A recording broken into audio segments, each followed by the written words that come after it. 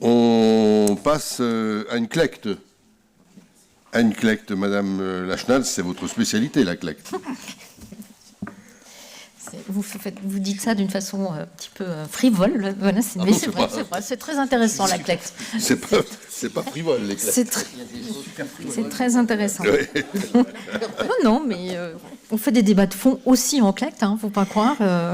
Et notamment, nous défendons en partie aussi la position de la ville hein, au sein d'une agglomération dont nous avons une grosse part quand même. Hein. Annemasse-Agglo, c'est aussi la ville d'Annemasse. Bon.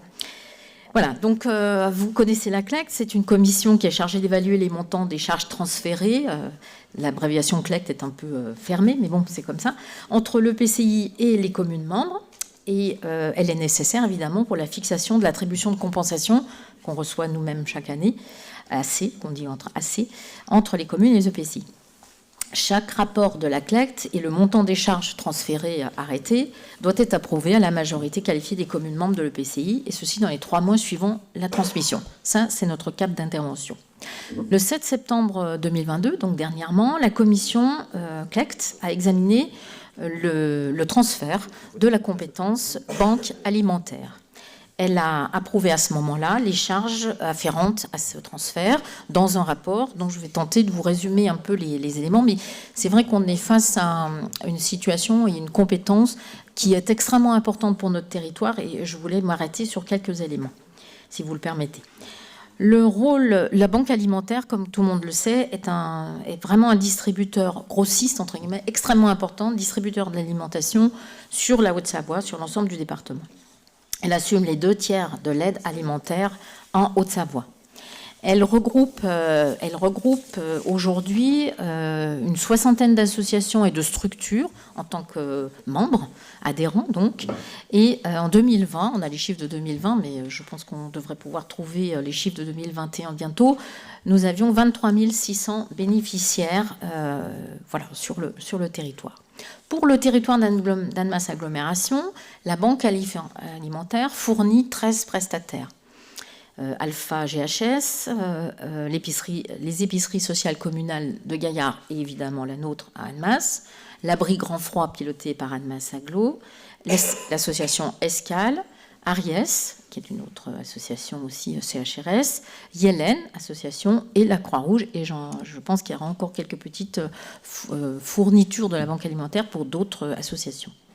En 2020, plus de 220 tonnes ont été distribuées à 7 466 bénéficiaires différents. Ça vous donne des volumes quand même importants et ça n'a pas arrêté de grandir sur 21 et on verra pour 2022.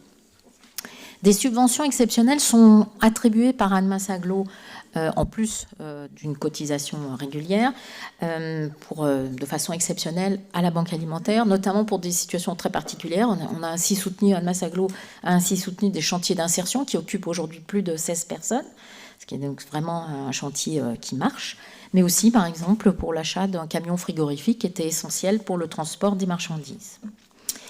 La banque alimentaire, qui est une association, fonctionne évidemment grâce aux subventions. Elle n'a rien d'autre. Et l'association sollicite chaque année l'ensemble des communes du département pour recevoir la contribution qui est fixée à 0,10 centimes par habitant sur l'ensemble du département. Je rappelle que ces 0,10, ce n'est pas la même chose que la participation que verse chaque commune en fonction de l'approvisionnement commandé par chaque commune pour ses services. Ça, c'est une contribution de 0,10 par habitant.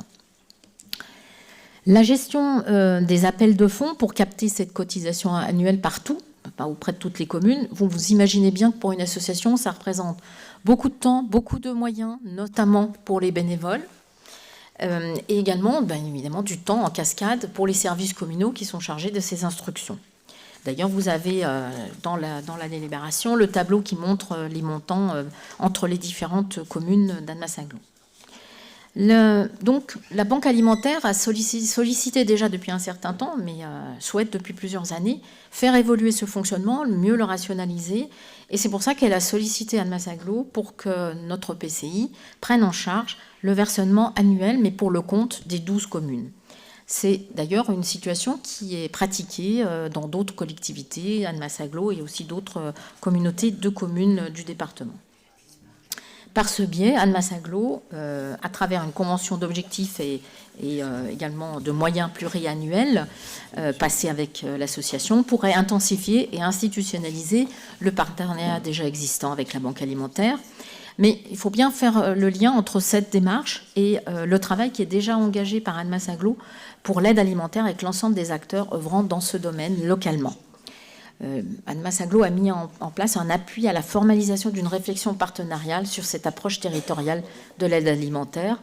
Et ça a été souhaité évidemment par le bureau communautaire en février 2021. Donc les choses avancent petit à petit avec l'ensemble des acteurs du territoire. Aujourd'hui, certaines communes versent directement une subvention annuelle. Mais Annemasse-Agglo, bien sûr, ne dispose pas de la compétence qui est mentionnée dans ses statuts pour l'intérêt communautaire en matière d'aide alimentaire.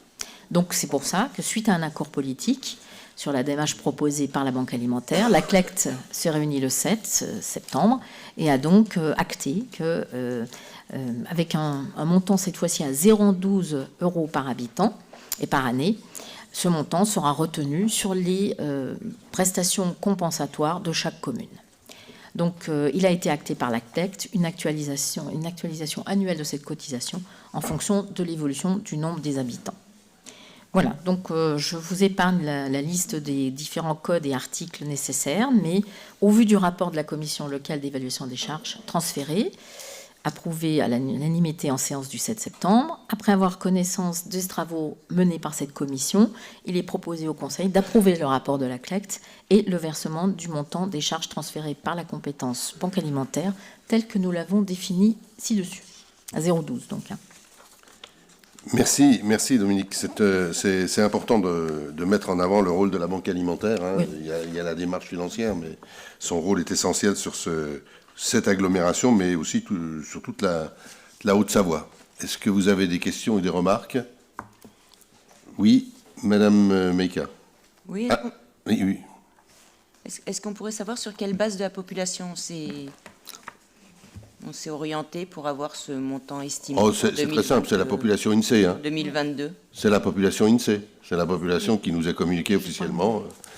Chaque fois qu'on a un rapport à la population, on utilise le document qui, chaque année, le 31 décembre, fixe la population officielle de la ville. Monsieur Gaconnet. Oui, c'est une décision que j'approuve pleinement parce que, comme Dominique Lachenal l'a souligné, c'est vrai que les bénévoles mettent beaucoup d'énergie à aller des fois récupérer quelques centaines d'euros, ce qu'on a pu voir sur les montants versés en 2019, 2020 et 2021.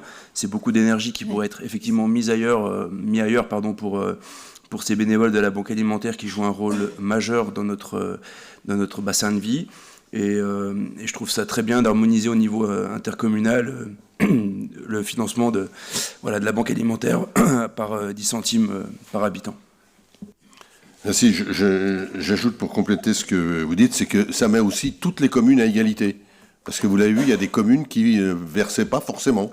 Et bien là, comme elles sont à l'intérieur d'Annemasse-Agglo, toutes versent par l'intermédiaire de la CLECT. Voilà. Pas d'autres remarques? Est-ce qu'il y a des votes contre, des abstentions? Merci. Merci pour cette unanimité.